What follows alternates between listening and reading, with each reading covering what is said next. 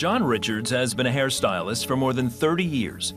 In the late 90s, he owned a successful salon, but he made an honest yet costly mistake. The IRS reclassified all of his stylists as employees and then demanded back taxes on their wages. When the stylists could no longer be independent contractors, they all left. They walked out on me.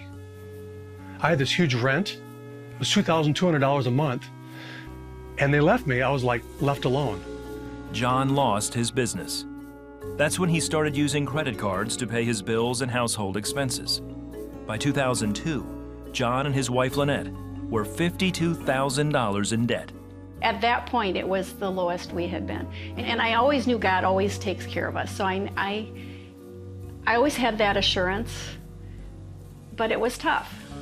Jon and Lanette had been CBN partners since 1983. Even though money was tight, they kept giving to the 700 Club. That was one thing that Lanette really wanted to make sure we kept doing. Keep tithing, we have to honor God. We have to honor God no matter what. And in 2002, I started asking God for a financial miracle. And so every day, every morning I prayed, God, I need a miracle. God, I need a miracle.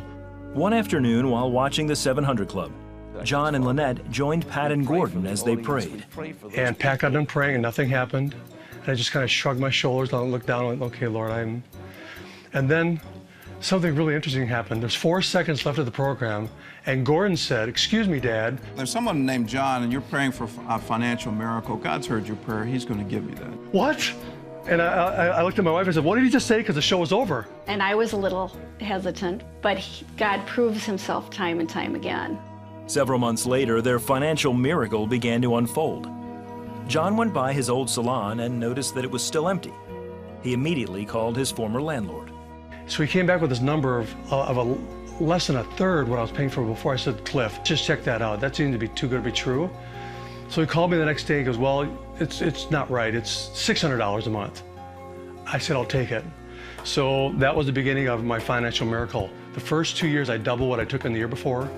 And in 2005, we paid off all of our debt. And in 2006, my business really started taking off. One year, I believe it was 2007, I took in just shy of $400,000 in my business. Then in 2008, the stock market took a dive. Most of Jon's clients paid top dollar for hair extensions. But when the economy tanked, many of them disappeared. And he was facing the possibility of losing his salon again. We need another moment. We need another miracle. So we prayed, and that's when we decided to jump to a Founders Club. It's like, Lord,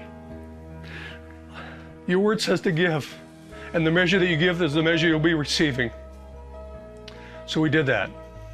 The next day, we jumped to a Founders Club. My business started doing better, but something really amazing happened in 2012. It was February that this girl showed up. Her name is Becky, and she wanted extensions, but nobody could do her hair. I'm one of 2 people that can do hair extensions after chemo on 1 inch of hair. And this is so God that God would do something like this. Only God could do it. I never saw this coming. A local news station covered Becky's transformation. It was posted on YouTube and Facebook. And that thing went viral. I have people coming in from Peru, Belgium, Australia, Philippines. Jon is already booking appointments for next year, and he and Lanette continue to support the ministries of CBN. It's not that God needs our money.